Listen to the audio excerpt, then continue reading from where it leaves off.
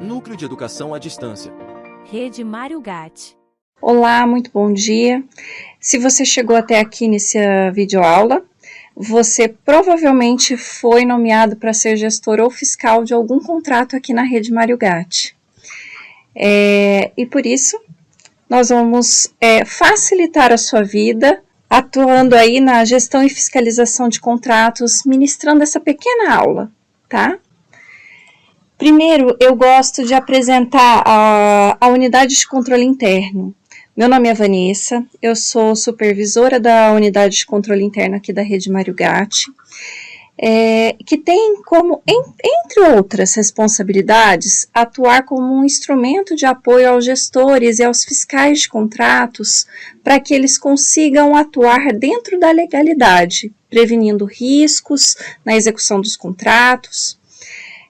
Além de tudo isso, a unidade de controle interno, ela faz o contato direto com o Tribunal de Contas do Estado de São Paulo. Então, na maior parte das vezes, serei eu que vou entrar em contato com você para poder conversar a respeito de toda a relação documental e da execução contratual, em caso de fiscalização, de auditoria interna ou de auditoria externa. Para que vocês tenham uma facilidade, um manual de forma rápida para acionar e tirar as dúvidas a respeito de quais documentos a gente precisa para fiscalizar um contrato, para que fique mais fácil a visualização dessa gestão contratual e da fiscalização, para que seja seguro, foi motivado a elaboração de um manual de gestão e fiscalização contratual. A revogação da Lei 8666 de 1993, ela aconteceu com a criação da Lei 14133 em 2021. Só que ela ainda passou por um período onde as duas leis poderiam atuar ali, a gente poderia escolher, poderia fazer opção de licitar pela 8666 ou de licitar pela 14133. Já agora, em 2024, todas as licitações elas precisam correr pela 14133. E essa novidade, ela traz para a gente a necessidade que a gente entenda que a Lei 14133 traz a possibilidade de segregar as funções do fiscal, diferente da 866, que não trazia essa possibilidade. O fiscal ele era responsável por toda a fiscalização contratual. Além disso, a gente podendo ter um manual de fiscalização da nossa autarquia, nos permite uma padronização do nosso formato de prestação de contas de execução contratual. E também garante aos profissionais, aos agentes públicos que estão fazendo essa gestão, essa fiscalização, uma segurança jurídica para atuar. Pode passar. O manual, eu encontro ele lá no intranet, no campinho EAD RMG, aí logo embaixo dos sistemas HMMG. Tá? Então, vocês vão conseguir enxergar isso aí, tá marcadinho com a seta em cor de rosa. Eu gosto sempre que a gente vai conversar com os gestores, nós gostamos de abordar sobre o terceiro setor e complementação. O terceiro setor, ele acontece quando um órgão público, ele vê, por exemplo, uma escola e fala: eu não consigo, eu não posso, eu não tenho recursos humanos em condição, em quantitativo, para gerir esta escola. Então, esse órgão público, ele pega e faz um processo licitatório para que uma empresa assuma essa escola e faça toda a gestão e execução dos serviços. Ele impõe algumas metas e ela cumpre essas metas, mas ele paga para essa empresa, ele dá um valor, um montante, mas toda a definição de gestão fica a cargo da empresa. Como que ela vai conduzir essas aulas, a equipe de higiene, a organização do serviço, ela fica a cargo desta empresa que ganhou esse processo licitatório. No caso da Rede Mário Gatti, nós não atuamos como terceiro setor. Os nossos contratos, eles são complementares.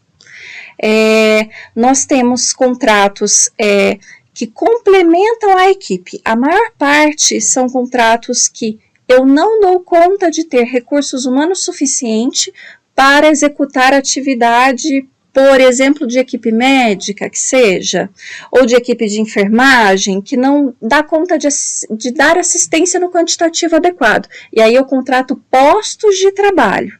Mas toda a gestão e a definição de como o serviço vai funcionar fica a cargo do gestor da Rede Mário Gatti. Tá bom?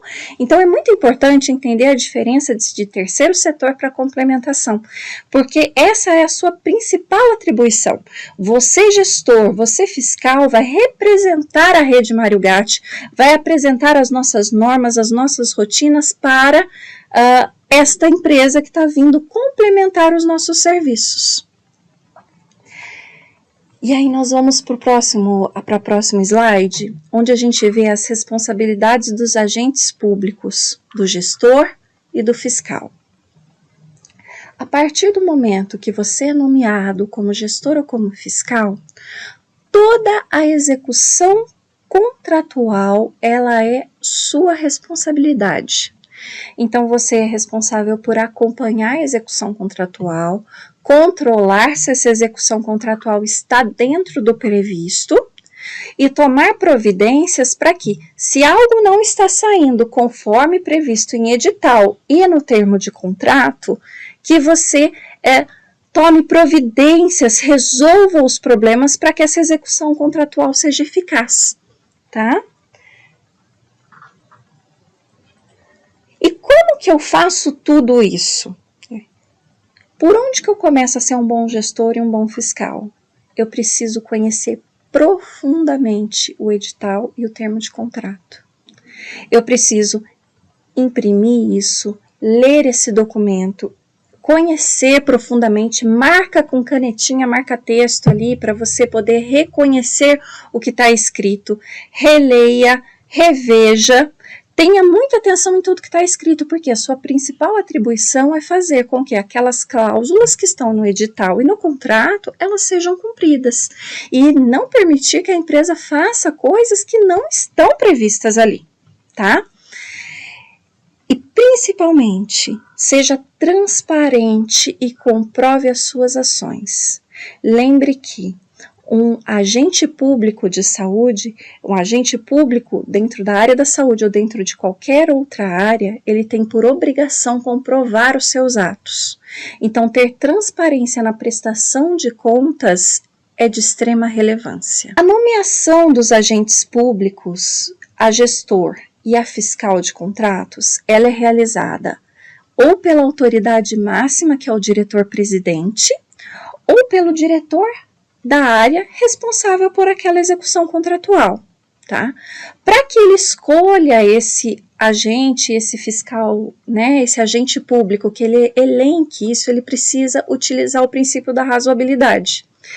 Então, ele precisa avaliar se esse agente público, ele tem quais a carga horária dele, como que essa carga horária está distribuída dentro das atividades que ele realiza, tá? Todas as funções que ele faz dentro da organização, porque de nada adianta eu ter um agente público que tem uma sobrecarga de trabalho ou que não tenha conhecimento técnico a respeito daquela execução contratual, né? De nada adianta eu ter esse profissional se ele não vai conseguir acompanhar de perto, se ele não vai conseguir ver que esse contrato está sendo executado de forma adequada, eficiente e eficaz e se está atendendo à necessidade da população. E aqui a gente vai ver a novidade que a Lei 14.133 trouxe para nós. A fiscalização de contrato dentro da Lei 8.666, ela colocava para que o fiscal de contrato, todos os agentes que eram nomeados a fiscais de contratos, poderia ser de 1 a número infinito, vamos dizer assim, né? Não tem uma previsão legal de quantos fiscais devem ser nomeados. Antigamente, né, com a lei antiga, você tinha ali que o fiscal de contrato, ele era responsável por todo o rol de atividades. Nós vamos falar desse rol de atividade daqui a pouquinho, tá? Então, esse agente era determinado a ele fiscalizar todo aquele rol, ele respondia por tudo aquilo. Hoje, com a Lei 14.133, a novidade é que ele vem trazendo uma consciência de que os contratos públicos, eles têm complexidades distintas. Então, eu tenho contratos muito mais simples, que não precisa de um olhar mais técnico, que não vai ter um número elevado de documentação trabalhista para avaliar, e a gente tem também a possibilidade de contratos de alta complexidade. E aí, ela permite que o agente público seja nomeado para ser fiscal técnico, fiscal administrativo e fiscal setorial. Então, hoje nós temos condição de ser fiscal de contrato, onde ele responde por todo o rol de atividades, e a gente tem condição de nomear em contratos mais complexos o fiscal técnico, um fiscal administrativo e um fiscal setorial. E aí, o que esse fiscal técnico, no caso, vai ser responsável? Ele vai responder pelo cumprimento dos quesitos técnicos do objeto fim do contratado. Vamos pôr como exemplo uma obra. Uma obra, eu preciso que um engenheiro avalie isso. Sem uma avaliação, um parecer técnico do engenheiro, eu não tenho condição de dizer se essa obra está sendo bem executada ou não está sendo bem executada. Para essa função, então, como fiscal técnico, o servidor precisa ser um agente que detenha conhecimento técnico específico sobre o objeto contratado, tá? Existe também a possibilidade do fiscal administrativo. Nesse caso, as atividades dele ficam voltadas à fiscalização dos aspectos administrativos, questões trabalhistas, documentação que tem o prazo ali que a gente precisa monitorar o prazo de validade, ele pode monitorar esse prazo de validade e requisitar isso para a empresa contratada. Então, a gente tem essa possibilidade de segregar essa função e deixar com que, por exemplo, o fiscal técnico tenha mais tempo para fiscalizar a parte técnica. Assim como nós temos contratos que demandam, vamos dar um exemplo, um contrato de higiene que demanda, um contrato único para unidades externas. Não fica exatamente, as unidades externas ficam onde o gestor de contrato está.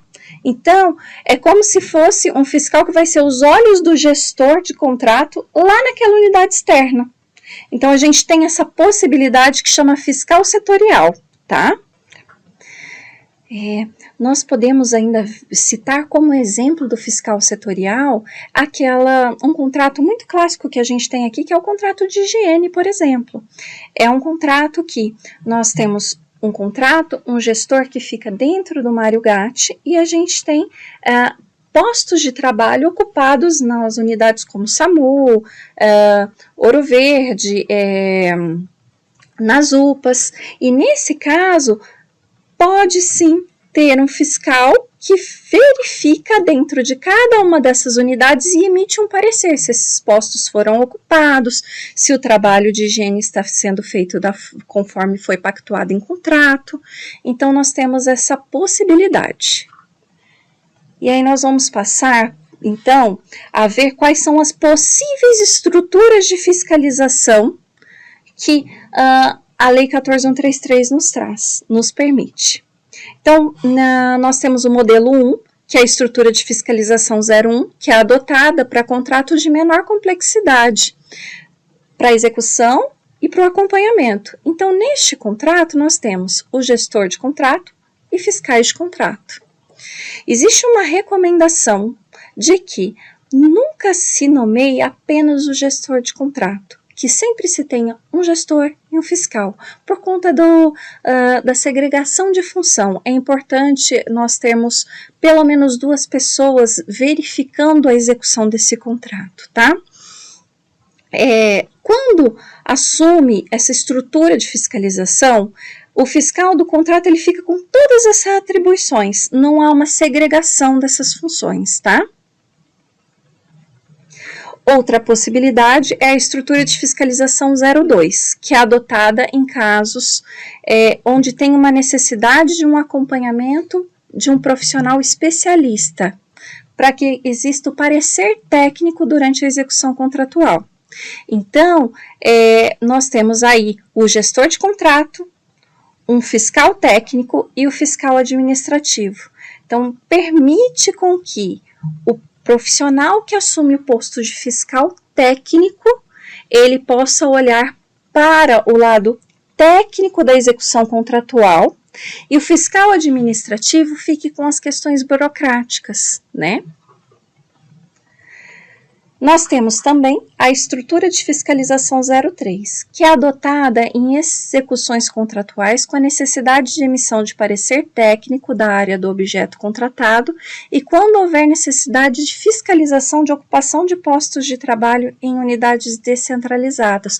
Nós já demos um exemplo bem bacana, que é o exemplo, por exemplo, do contrato de higiene, que tem vários postos de trabalho espalhados em unidades descentralizadas, quer dizer, unidades que estão distantes do gestor de contrato, tá?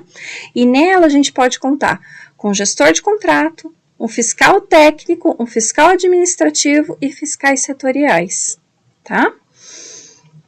Existe também a estrutura de fiscalização 04, que deve ser adotada em execuções contratuais sem a necessidade de emissão de parecer técnico da área do objeto contratado, quando houver necessidade de fiscalização de ocupação de postos de trabalho em unidades descentralizadas, ou, caso haja necessidade de emissão do parecer técnico da área do objeto, os fiscais setoriais detenham a habilitação para a emissão de parecer técnico do objeto contratado. Posso dar um exemplo clássico quando a gente pensa em profissionais, em contratação de postos de trabalho de profissionais de enfermagem, por exemplo.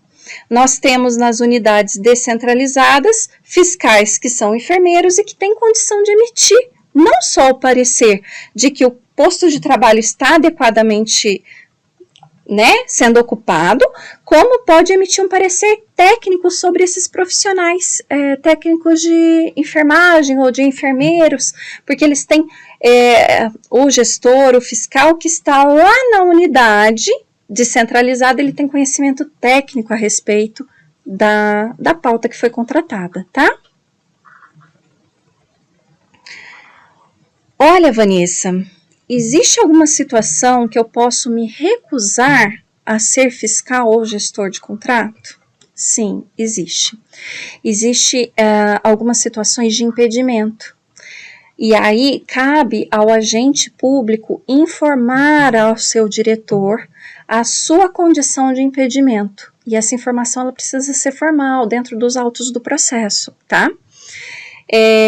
Possuir relação comercial, econômica, civil, financeira ou trabalhista com a contratada, possuir amizade, inimizade ou parentesco com dirigentes da contratada e possuir em seus registros funcionais punições em decorrência de prática a atos lesivos ao patrimônio público. Então, é de extrema relevância que, ao ser nomeado, o gestor ou o fiscal, se estiver em uma dessas condições, informe formalmente a sua diretoria, para que outro profissional seja nomeado em seu lugar, tá bom? A partir do momento que eu sou nomeado como gestor ou como fiscal, fica vedado direcionar a contratação de pessoas para trabalhar na empresa contratada, exercer o poder de mando nos empregados da contratada, devendo se restringir a reportar-se apenas ao preposto nomeado, permitir que a contratada atue de maneira diversa ao contratado, promover ou aceitar desvios de funções dos trabalhadores da contratada, conceder aos trabalhadores da contratada direitos típicos de servidores, tais como recesso, ponto facultativo, dentre outros. Nesse caso, existe uma dúvida frequente de quando o órgão ele fecha. Um exemplo muito clássico é, às vezes, aquela unidade que aquele funcionário da empresa, né, está ocupando um posto de trabalho ali, ele fecha ali no dia do servidor público ou em algum feriado.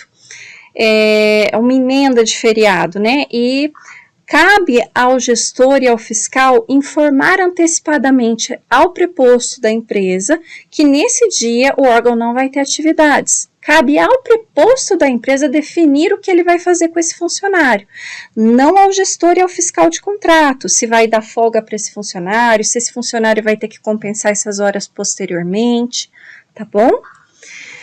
Outra coisa extremamente importante, o gestor e o fiscal, eles não podem definir o valor de remuneração dos trabalhadores da empresa contratada, salvo as situações específicas como o cumprimento de acordos sindicais. Então, se há um acordo sindical, sim, o preposto da empresa precisa ser informado que há um acordo sindical para que ele possa, para que esses funcionários eles sejam remunerados conforme previsto na legislação. Agora nós vamos falar um pouquinho sobre a nomeação do preposto. O artigo 118 da Lei 14.133, ele traz que a empresa indica o preposto e que esse preposto deve ser aceito pela administração pública. O que a gente deve esperar, né? Quais as atribuições que a gente deve esperar desse preposto? Que ele faça um acompanhamento da execução contratual, que ele mantenha com o gestor e com o fiscal nomeados pela autarquia uma comunicação clara, efetiva, que ele resolva as situações de conflito, de problemas que ocorrerem durante a execução contratual, que ele traga propostas de melhorias para a execução contratual. E é ele o responsável pela emissão de relatórios sobre o andamento das atividades, destacando os eventuais problemas e sugerindo as soluções para aquilo. A gente não pode exigir dar atribuições ao preposto, tá? A gente, enquanto gestor, enquanto fiscal de contrato, a gente deve exigir que ele cumpra as cláusulas contratuais e não definir as suas atribuições. É muito importante pensar nisso, viu? Antes de determinar quais atividades ele deve fazer.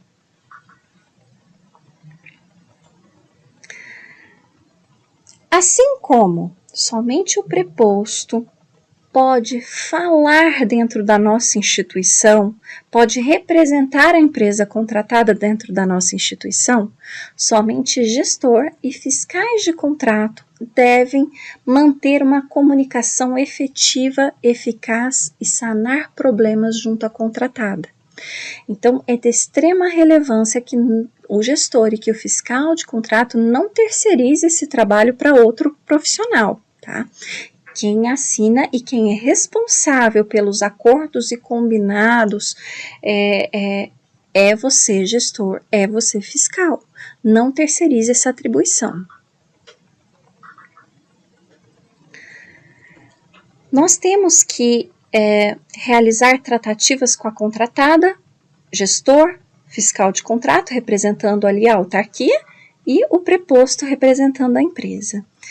E é de extrema relevância aqui se faça cópias das atas, comunicações escritas, notificações e que se inclua nos autos do processo de prestação de contas. As reuniões geralmente não devem ser feitas sozinho. Nunca faça uma reunião sozinho com um profissional de um preposto, um representante de uma empresa. Sempre faça acompanhado de alguém da autarquia. Então, gestor mais fiscal, se na ausência de um desses que venha alguém que é representante da autarquia junto com a empresa. É muito importante que assim que sai a nomeação do gestor, do fiscal e do preposto, que se faça pelo menos uma primeira reunião, onde a gente pode apresentar as regras, as normas, as rotinas da instituição, o plano de fiscalização, que vai ser como que nós vamos fiscalizar a sua empresa, e que isso seja pactuado, registrado e que conste nos autos de prestação de contas. Acompanhamento da execução contratual. Todo acompanhamento de execução contratual, ele vem com pilares. São 3 pilares básicos que garantem que você está fazendo um acompanhamento adequado da execução contratual. O primeiro pilar é a medição dos serviços, a análise quantitativa e qualitativa, né? O que ficou acordado no termo de contrato e o que a empresa está cumprindo. A fiscalização das obrigações trabalhistas, tributárias, previdenciárias e demais obrigatórias. Então, cabe ao fiscal verificar se a empresa está cumprindo com todas as suas obrigações, para que a autarquia não seja corresponsável caso ela não esteja cumprindo com as suas obrigações. Além disso, nós precisamos monitorar o grau de satisfação da população ou do objeto fim. Então, é importante eu saber se eu estou atendendo, se eu estou resolvendo um problema que eu levantei lá no começo quando eu fiz o termo de referência. Então, se aquela população que está sendo assistida, ela está satisfeita com o serviço que está sendo prestado, se os objetivos foram alcançados, ou se o objeto fim da contratação está sendo adequadamente executado. Lá na primeira reunião com o preposto da empresa, o gestor e o fiscal vão apresentar o plano de fiscalização. O plano de fiscalização é uma novidade também da Lei 14.133, né? Ele traz aí para vocês a possibilidade de que se crie uma metodologia de como que o fiscal e o gestor vão avaliar a execução dos serviços. Então, baseado ali no edital e no termo de contrato, como que eu vou verificar como que está sendo executado esse contrato. Esse plano, é importante que ele seja elaborado em conjunto dos fiscais e do gestor de contratos e que ele seja apresentado ao preposto, dando transparência a todo o processo. O plano de fiscalização, ele é composto pela descrição das planilhas, documentos e o que mais fizer necessário para os atos fiscalizatórios, descrição de como será feito o monitoramento de satisfação do usuário ou do objeto fim, descrição das estratégias para a comunicação com o preposto. Aqui vocês podem pensar, nós vamos conversar, vamos ter um grupo de aplicativo de celular para conversar, ter a conversa imediata e todo mundo vai ficar ciente do que está acontecendo. Não, a comunicação vai se restringir a e-mail e ligação telefônica em caso de urgência. Então, vocês definem como vai ser essa comunicação com o preposto. Apresentação do documento para monitoramento dos postos de trabalho quando for o caso. Então, como que a gente vai fiscalizar? Todo dia nós vamos passar posto por posto e marcar aqui nessa planilhinha. Então, a gente apresenta para ele como nós vamos fazer isso aí. E a descrição de estratégia, análise quantitativa dos insumos contratados, quando for o caso. Então, uma contratação onde a gente tem, que a empresa vai fazer uma entrega de insumos para a gente, como que a gente vai avaliar a qualidade desses insumos, se vai ser via nota fiscal, se vai ser no ato da entrega. Então, nós temos que apresentar e mostrar para ele fazer esse acordo com o preposto. Descrição da estratégia escolhida para recepção documental enviados pela empresa. Então, a empresa não vai te enviar alguns documentos, não vai enviar a parte de toda a documentação trabalhista tributária, ela não vai ter que fazer isso. Então, por onde? Vai ser por e-mail, vai ser por pendrive, ou nós vamos montar um drive que vai ficar em comum acordo e eles vão alimentando todo mês. Então, vocês vão definir o que é mais fácil, o que é viável dentro do seu contrato e dentro da sua rotina. E a descrição do conteúdo mínimo que o fiscal deve contemplar em seu parecer ou relatório de fiscalização e a padronização que será utilizada para este documento.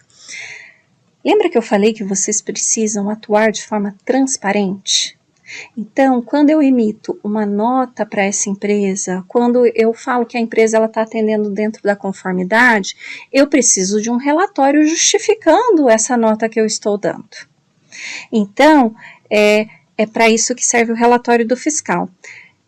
Vocês vão pactuar isso com a empresa, vão mostrar e deixar tudo às claras já na primeira reunião. Agora, nós vamos falar um pouquinho sobre as atribuições do gestor de contrato. Independente da estrutura que foi escolhida pelo diretor da área responsável, a atribuição do gestor de contrato não muda. A atribuição deles é a mesma, independente da estrutura, tá bom? Então, cabe ao gestor de contrato emitir a ordem de início dos serviços, elaborar o plano de fiscalização em conjunto com os fiscais, convocar e realizar aquela primeira reunião onde serão apresentados as rotinas, as normas, o plano de fiscalização para o preposto, garantir a publicidade nos autos do processo de toda a prestação de contas dos documentos utilizados para a fiscalização da execução contratual, assim como qualquer ajuste ou notificação que se fizer necessária.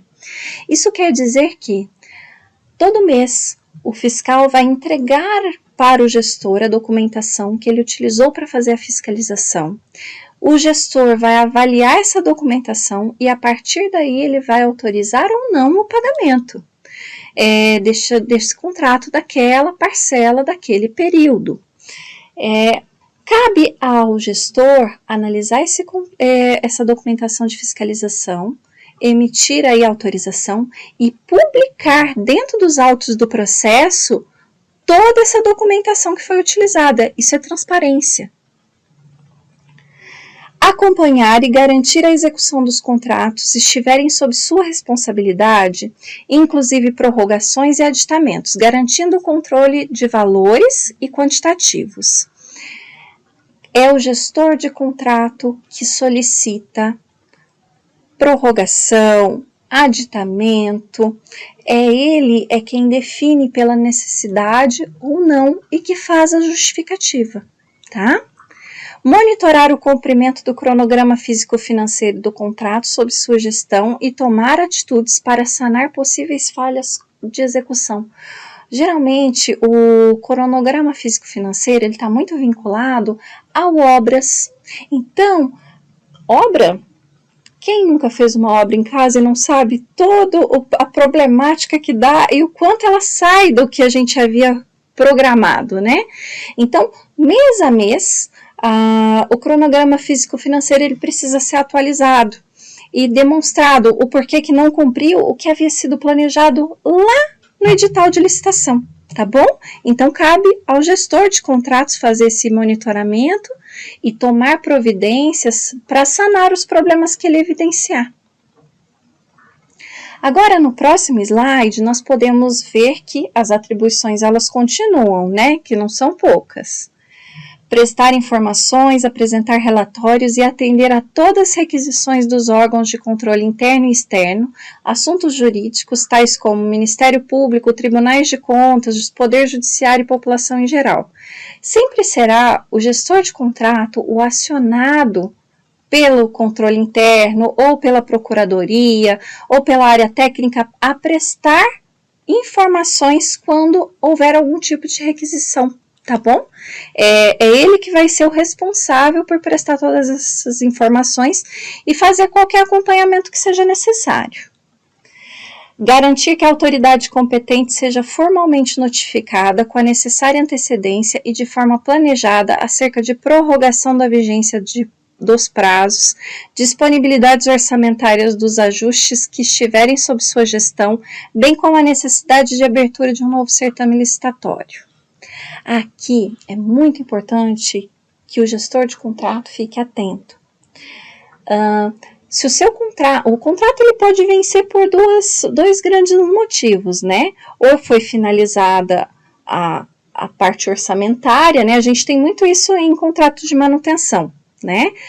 Os contratos de manutenção corretivas, eu tenho X mil reais para gastar, pode ser que eu gaste ele em 12 meses, pode ser que eu gaste esses X mil reais em 6 meses. Então, o gestor ele precisa ir acompanhando o gasto. Ou esse contrato pode terminar por um tempo. O contrato tinha uma previsão de durar 24 meses, está finalizando os 24 meses, esse contrato vai encerrar.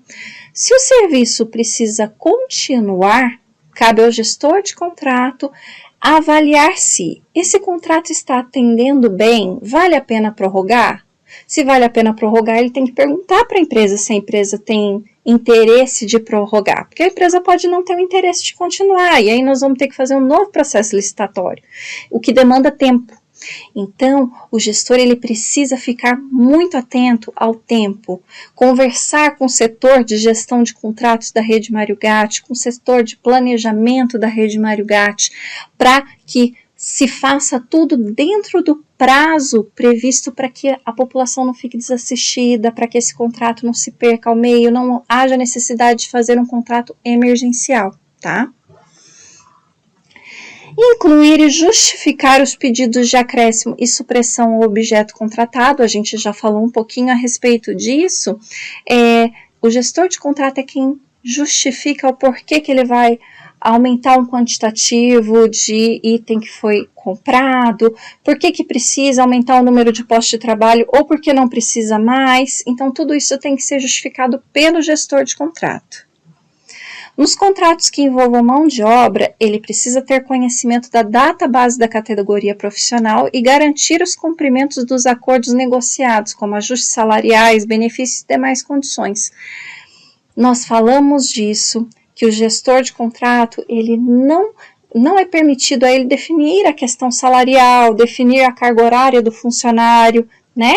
Mas ele precisa ter conhecimento dos acordos sindicais para que ele possa cobrar que a empresa cumpra com a legislação vigente, tá bom? Então, é isso que quer dizer esse parágrafo aqui. Responsabilizar-se pela comunicação entre a administração pública e a contratada de maneira clara, transparente, registrando no processo administrativo os contatos e informações trocadas durante o vínculo mantido. É imprescindível que qualquer acordo, qualquer ato de reunião, todo e-mail trocado, ele seja publicado dentro da prestação de contas daquele mês. O gestor de contrato, ele tem essa premissa, tá, de manter a transparência do processo. Qualquer pessoa que acesse aquele processo pode ver o que está sendo combinado, acordado com a empresa. Informar oficialmente ao diretor da área ao qual o contrato está vinculado as falhas de execução contratual e propor a análise do departamento jurídico para uma possível aplicação de penalidade.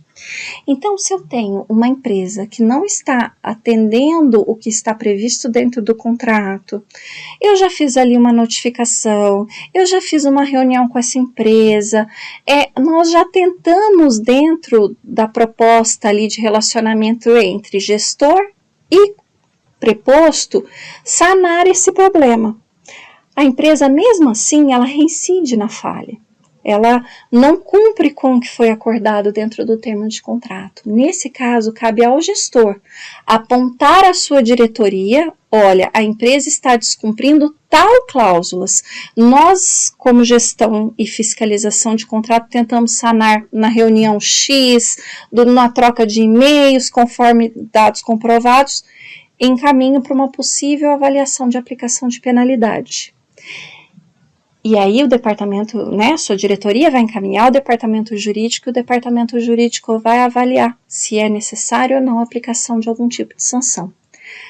Não é o gestor de contrato quem define pela sanção, tá? Isso é indicado pela procuradoria e quem aplica a sanção é sempre a autoridade máxima.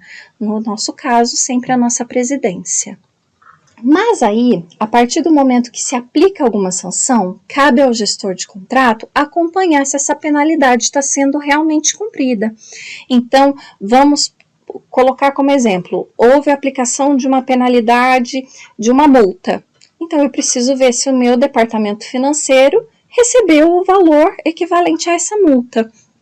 Então, é minha função, enquanto gestor de contrato, verificar se essa penalidade está sendo devidamente cumprida. Efetuar o controle do valor e do prazo da garantia contratual.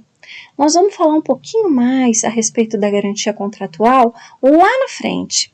Mas lembra que a garantia contratual, ela acompanha toda a execução contratual. Então, eu preciso ficar de olho no prazo e eu preciso ficar de olho no valor.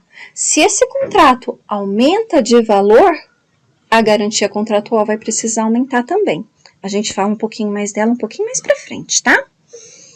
Avaliar os documentos de prestação de contas da execução contratual e o ateste parcial de cada competência, disponibilizado pelo fiscal de contratos, atestar as despesas e autorizar o pagamento, encaminhando o processo ao departamento financeiro.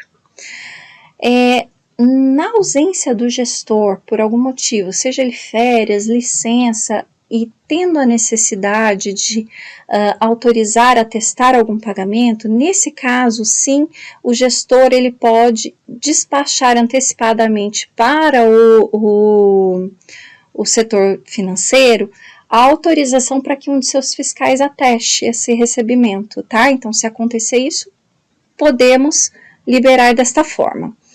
Cabe ao gestor, mas em regra geral, cabe ao gestor autorizar o pagamento. E eu só autorizo o pagamento mediante a apresentação de toda a documentação feita pelos fiscais. Tome muito cuidado ao autorizar pagamentos com documentação faltante, tá bom? Garantir que o fiscal de contrato execute todas as suas atribuições. Nos contratos de locação, comodato ou qualquer ajuste que envolva bem imóvel, cabe ao gestor de contrato garantir que seja feito o laudo de vistoria, tanto de entrada como de saída desse imóvel. É igual a uma casa. Se eu for alugar uma casa, eu preciso de um laudo de vistoria, onde vai constar todas as fotos de como a casa estava. E aí, quando eu vou sair dessa casa, se faz um novo laudo de vistoria, porque aí a gente vê como que eu estou saindo, como eu estou deixando essa casa. Aquela torneira já estava quebrada quando eu entrei, eu consigo comprovar isso, tá? Ainda nos casos de locação de imóveis, cabe ao gestor de contrato comunicar os órgãos responsáveis sobre as questões, obrigações, né, de pagamentos de conta de água, luz, os impostos, se elas devem ficar em nome da autarquia, né? Ou se no final do contrato deve retornar ao nome do proprietário. E quem realiza o encerramento do processo contratual, após garantir que o contrato foi realmente cumprido, é o gestor de contrato. Então, o ateste final é feito dos fiscais, por parte dos fiscais, e também deve constar a assinatura do gestor de contrato. Então, vamos dizer assim, o último relatório de fiscalização, o gestor assina junto com os fiscais, tá?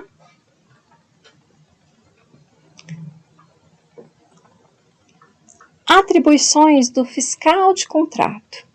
Aqui nós vamos falar de todas as atribuições, todas elas. Mas lembre-se que essas atribuições, elas podem ser segregadas dependendo do tipo de estrutura escolhida por cada diretoria para cada tipo de contrato. Você encontra no manual de fiscalização as atividades segregadas, caso seja necessário você enquadrar na sua execução contratual. Então, cabe ao fiscal de contrato participar da elaboração do plano de fiscalização, participar da primeira reunião junto com a contratada e do gestor de contrato. Lembra aqui que evite fazer reuniões ou qualquer acordo sozinho junto com a empresa. Sempre chame um profissional representante da rede Mário Gatti para atuar junto com você nesse tipo de ação, tá? Aferir periodicamente a compatibilidade da execução contratual com o ajustado em contrato. Verificar se o objeto que está sendo executado corretamente e se está dentro dos padrões estabelecidos no contrato. Então, ele verifica e atesta isso. Exigir a apresentação pelo contratado ou partícipe do ajuste de comprovantes de recolhimento de todos os encargos inerentes à execução das atividades, tais como guias comprobatórias de contribuições previdenciárias, tributárias, encargos salariais, encargos trabalhistas, sob a pena de retenção dos pagamentos. Então, somente após você receber toda essa documentação por parte da empresa contratada, que você pode dar andamento à autorização de pagamentos. Caso a empresa deva algum desses documentos a vocês, cabe ao fiscal informar o gestor de contrato para que aquele período não seja pago dentro do prazo. A empresa precisa cumprir com as suas obrigações trabalhistas, tá bom? Nós vamos falar delas daqui a pouquinho, tá? Não fica ansioso não, porque cada um desses documentos vai ser trabalhado. Monitorar a ocorrência de acidentes de trabalho e notificar o contratado sobre a situação, exigindo cópia do comunicado de acidente de trabalho e tomadas de providências para evitar novos acidentes.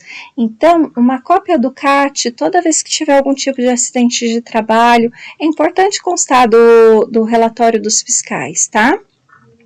Verificar se o contratado mantém compatíveis durante toda a vigência do contrato todas as condições de habilitação e qualificação exigidas para a celebração do ajuste. As condições de habilitação, que são exigidas, elas ficam disponíveis no edital de contratação, lá no edital de licitação.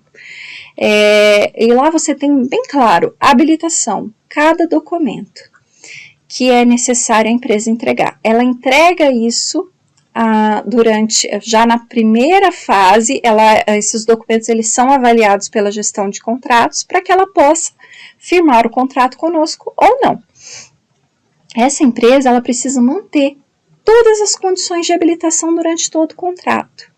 Ocorre que esses documentos, a maior parte deles tem um prazo de validade, 60 dias, 120 dias, cada um tem uma validade e vem descrito no documento o prazo de validade. Então, a cada vencimento, você precisa pedir para a empresa te encaminhar já um novo documento dentro do prazo de validade. Verificar se a contratada está atendendo às normas trabalhistas e se os empregados estão utilizando os equipamentos de proteção individual quando eles são exigidos dentro do contrato, né? A empresa pode te entregar o comprovante de entrega de EPI para os funcionários, te fornecer uma cópia, assim como a empresa pode te fornecer uma cópia que ela treinou, uma cópia dessa lista de treinamento, e a empresa também pode e deve, né, te informar qual a legislação que ela está seguindo, caso isso não seja previsto em contrato, tá bom? Cabe ao fiscal, durante as suas fiscalizações em loco, avaliar se os profissionais estão utilizando isso. E ali ele emite um parecer falando que ele viu ou que tem funcionário que não está utilizando, lá no seu relatório de fiscalização. Quais foram as providências que a empresa tomou diante do funcionário que não estava utilizando um EPI. Então, tudo isso vai constar. Verificar se os responsáveis técnicos e o preposto da contratada estão efetivamente atuando na execução do contrato. Então, a lista que a empresa passa para você, informando que tal profissional é o responsável técnico, que tal profissional é o preposto, eles estão de fato resolvendo os problemas que você está passando para eles? É com eles que você fala, você tem que ficar buscando um terceiro. Então, cabe ao fiscal verificar se isso está correndo dentro do padrão.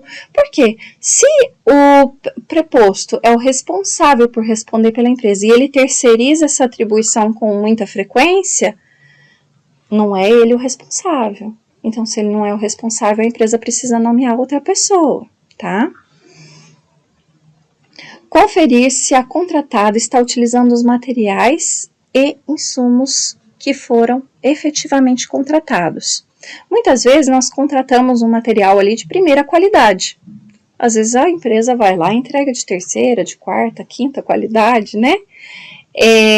Então, cabe ao fiscal validar se aquilo que eu contratei realmente está sendo entregue, a qualidade do serviço que está sendo prestado, tá? Verificar se os empregados que estão efetivamente trabalhando na execução do objeto contratado conferem com a relação de empregados que a empresa fornece para você.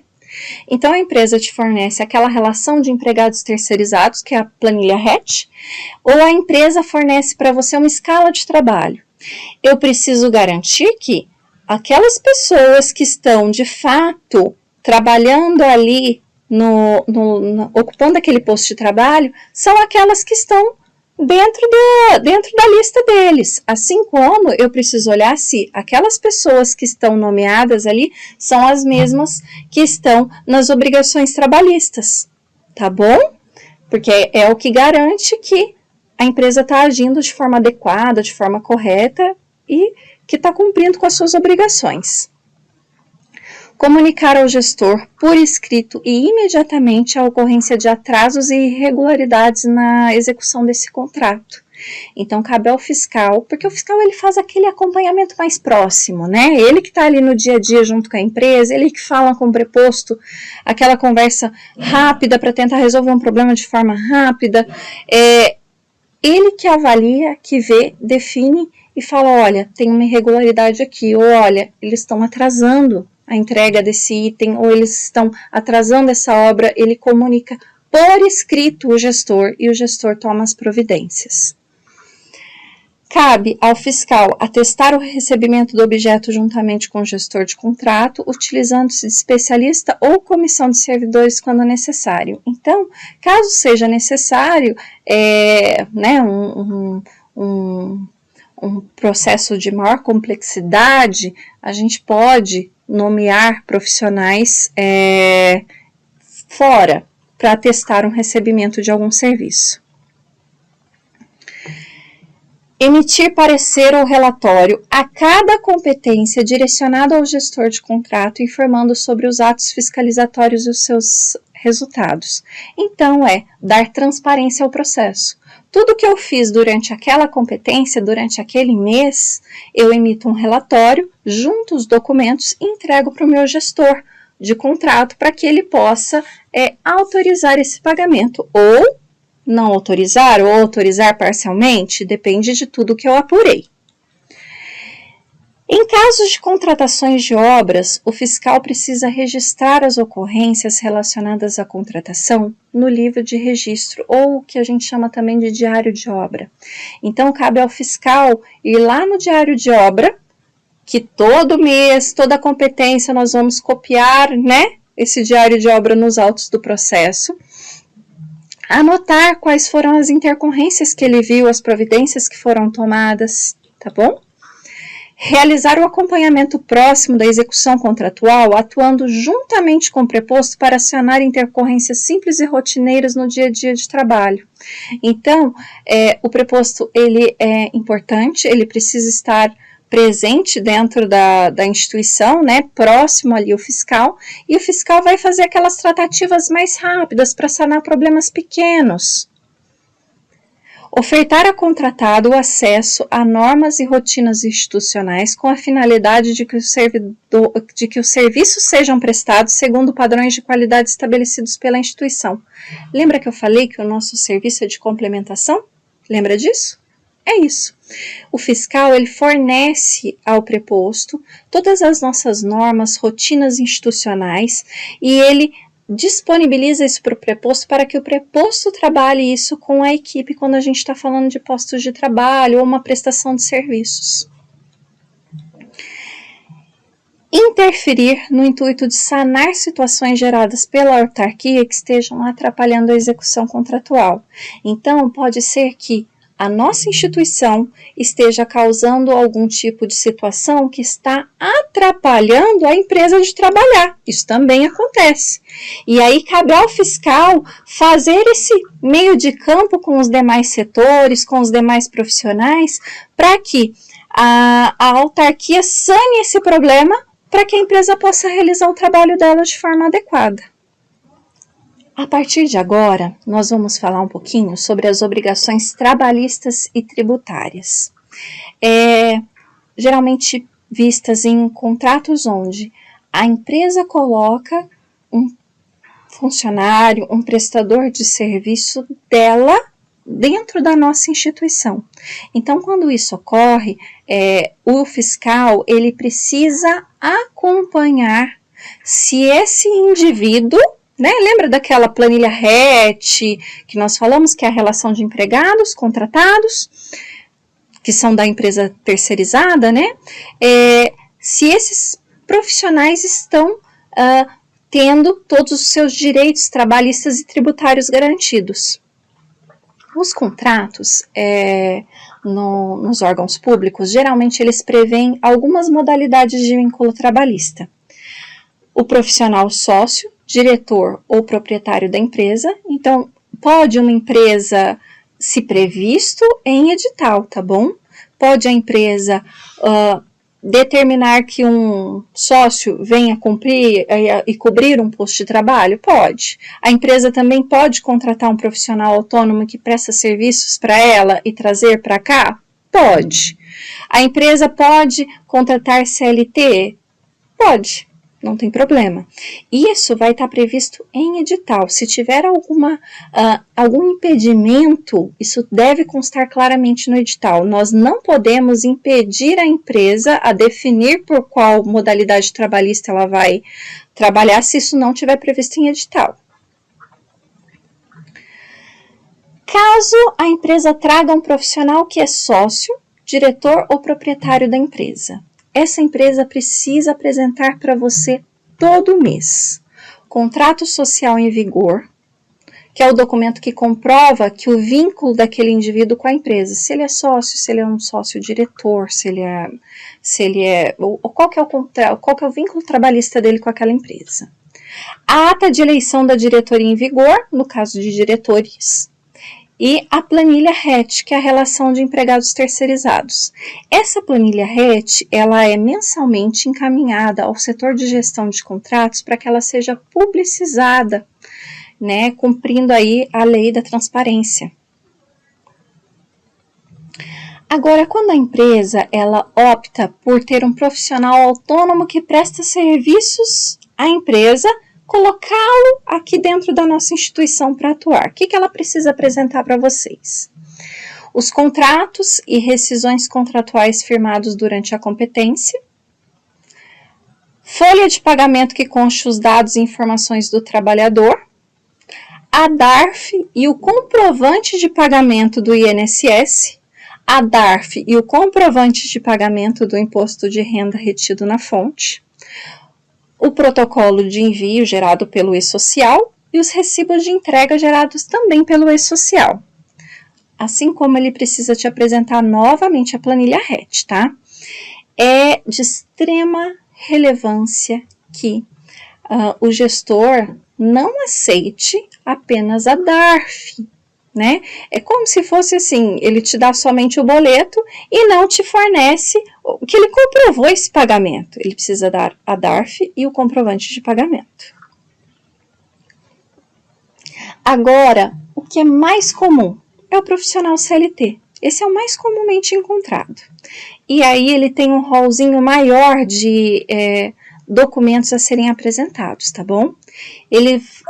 A empresa vai ter que te apresentar todo mês, a cada competência, a folha ponto ou registro de presença dos profissionais, a folha de pagamento, também conhecida como FOPAG, pode ser que ouça esse nome aí diferente, a planilha RET, escalas de trabalho.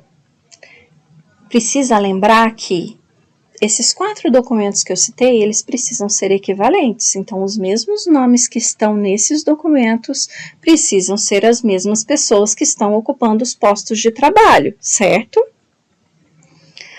Os contratos e rescisões contratuais firmados durante aquela competência, detalhamento dos trabalhadores gerados pelo FGTS digital, o protocolo de envio gerado pelo e-social. os recibos de entrega gerados pelo e-social, as DARFs e comprovantes de pagamento do INSS, Imposto de Renda Retido na Fonte, e do FGTS. Lembre sempre, DARF mais comprovante de pagamento, tá bom? Existem algumas situações especiais que a gente precisa ficar de olho. Às vezes a empresa ela não faz o recolhimento do INSS de algum profissional porque esse profissional atua em mais de uma unidade, em mais de um serviço, né, em mais de um trabalho. E aí ele já recolhe o teto máximo do INSS em outro local de trabalho. O que a empresa precisa apresentar para você é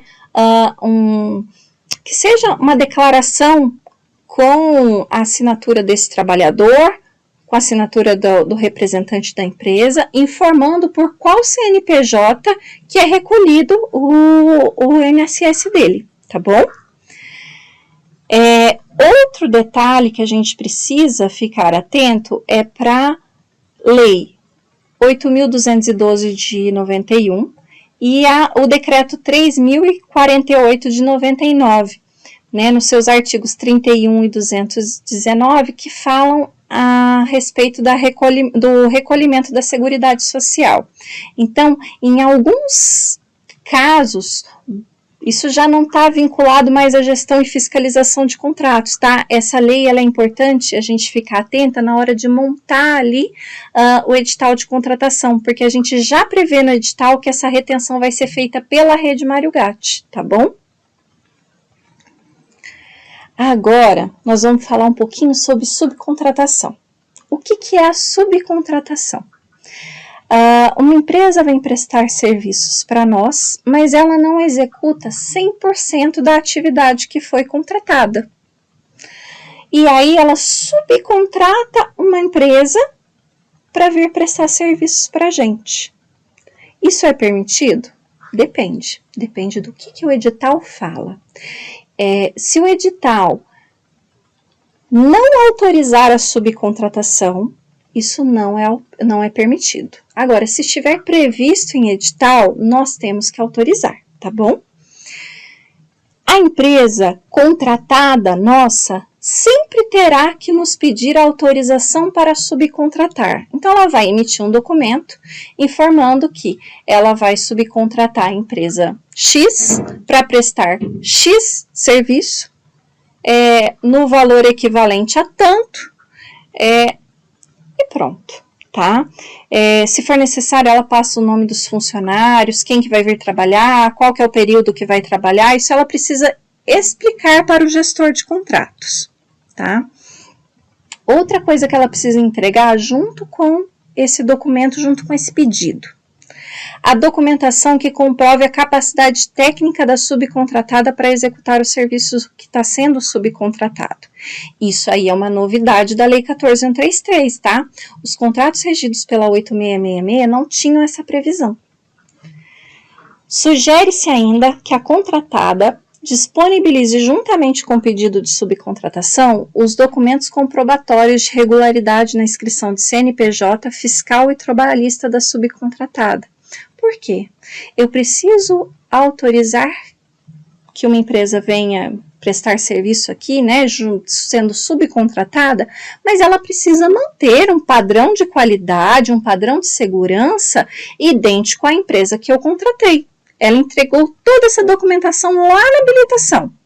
Então, eu vou pedir que ela me entregue também para eu garantir que essa empresa subcontratada é uma empresa íntegra. Além disso, eu preciso pedir uma cópia do contrato que comprove o vínculo da contratada com a subcontratada. Em casos de necessidade de acompanhar o valor que está sendo subcontratado, a nota fiscal emitida pela subcontratada e o comprovante de pagamento de que a contratada está pagando adequadamente a subcontratada. Nos casos em que não há uma necessidade que eu faça esse acompanhamento do valor, porque muitas vezes o edital prevê um valor limite de subcontratação. Então, nesses casos, não tem como, tem que ser a nota fiscal e o comprovante de pagamento mesmo. Se não há uma necessidade desse acompanhamento de valor, podemos sim aceitar que a subcontratada emita ali uma declaração de que a contratada não há débitos, não deve para ela nenhum tipo de valor, porque eu tenho que garantir que a contratada está pagando corretamente essa subcontratada.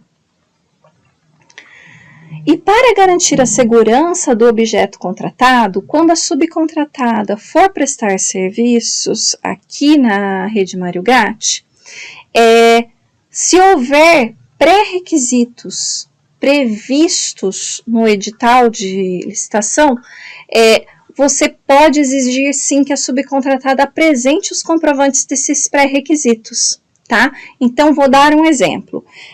Eu estou contratando postos de trabalho de equipe médica.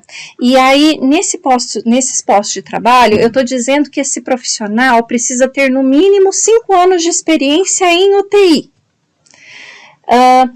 Então, eu posso exigir que a subcontratada me aponte a documentação, me mostre a documentação que essa pessoa tem sim os 5 anos de experiência em UTI.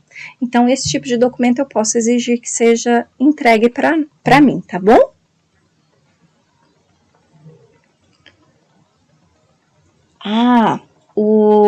Aqui a gente tem o artigo 122 da Lei 14.133, que veda a subcontratação de pessoa física ou jurídica se aquela ou seus dirigentes mantiverem vínculo de natureza técnica, comercial, econômica, financeira, trabalhista ou civil com um dirigente do órgão ou entidade contratante, ou que o agente público, que desempenhe função na licitação ou atue na fiscalização ou na gestão de contratos, ou se deles forem cônjuge, companheiro ou parente em linha reta, colateral ou por afinidade, até 3º grau, devendo essa proibição constar expressamente em edital de licitação.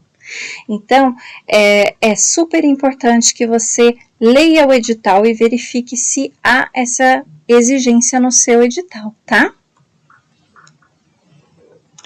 O acompanhamento do cronograma físico-financeiro, ele é muito comum em obras, manutenção, né? É um acompanhamento se o que eu planejei para acontecer realmente está acontecendo. O gestor de contrato, ele fica responsável por acompanhar a gestão, se a execução contratual segue o planejado dentro do cronograma físico-financeiro. Se não segue, a gente precisa de um parecer, seja do fiscal ou seja do gestor, o que aconteceu, por que a gente fez diferente. Na obras, por exemplo, é muito comum a gente ter situações de chuva extrema, por isso que a gente tem ali diário de obra para comprovar que teve chuva em tais datas.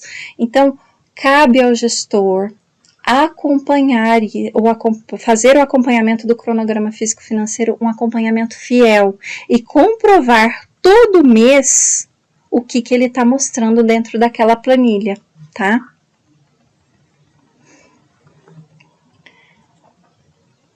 Todas as condições de habilitação precisam ser mantidas até o encerramento do contrato. Então, as certidões negativas ou positivas com efeitos negativos, elas precisam estar atualizadas durante toda a execução contratual.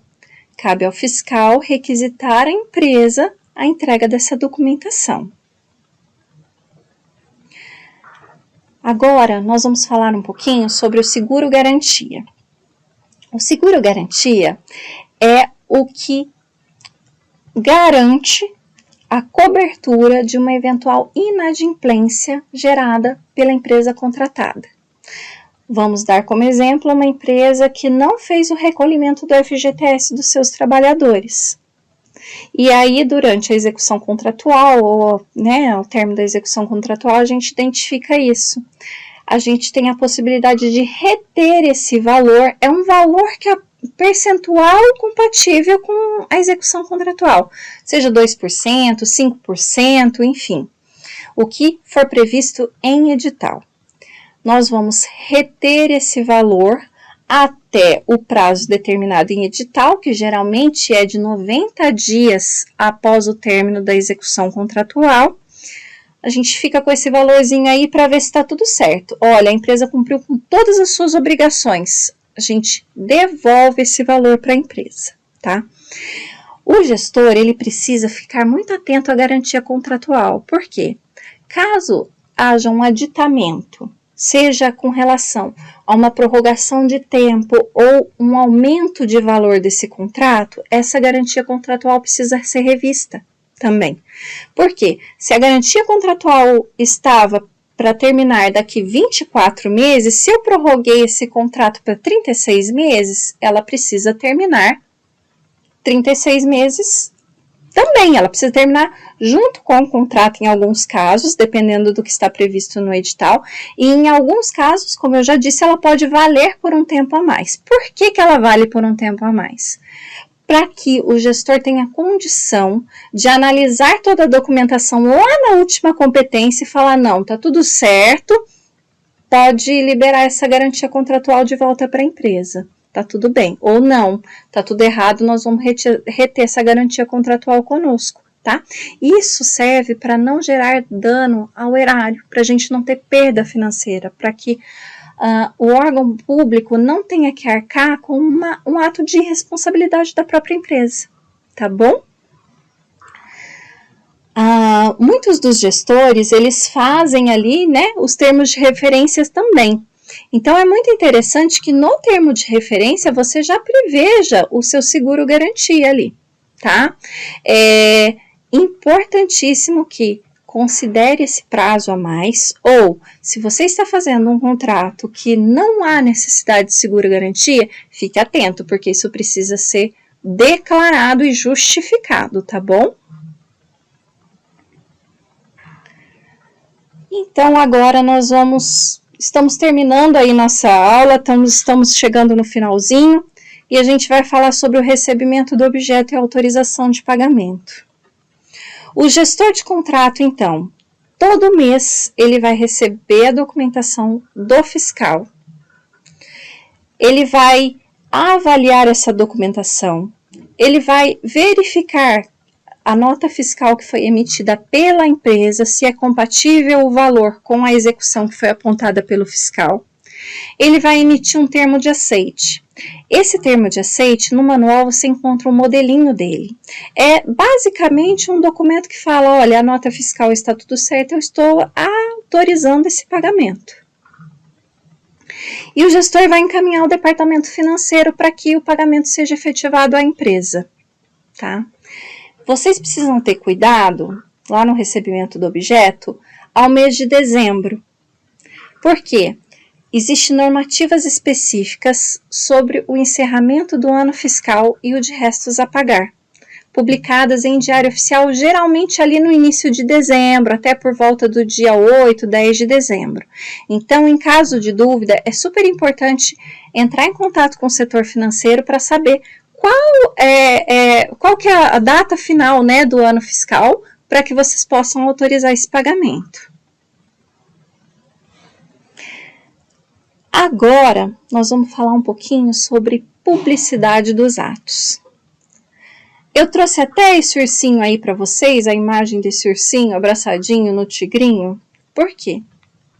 O contrato, ele é sua responsabilidade, mas ele não é sua propriedade. Isso quer dizer que todos os documentos que você utilizar para fiscalizar esse contrato precisam constar nos autos do SEI.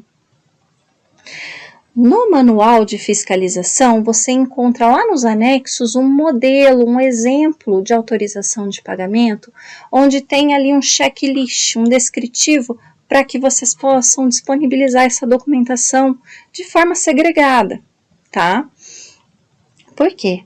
Nenhuma documentação deve estar guardada na gaveta do gestor, na gaveta do fiscal, no meu drive, no meu arquivo, não. Qualquer pessoa que queira acesso aos autos do processo tem direito a ter os autos do processo e ver todos os seus atos fiscalizatórios. Então, é seu dever, conforme a Lei Municipal 18.702 de 2015, publicar todos os seus atos dentro do SEI de prestação de contas da execução contratual. Agora, o último slide, vocês podem ter acesso ao meu ramal, tá bom? E ao meu e-mail pessoal e institucional para que vocês possam tirar dúvidas, agendar alguma reunião, esclarecer sobre essa aula que foi ministrada hoje. Fiquem à vontade e contem sempre com controle interno, porque a gestão e fiscalização de contratos é um dos maiores desafios para os agentes públicos, né? Mas nós estamos juntos aí para poder sanar as dúvidas e para que vocês façam um trabalho seguro, eficaz, eficiente para atender a nossa população da melhor forma possível. Rede Mário Gatti. Compromisso com a saúde e educação.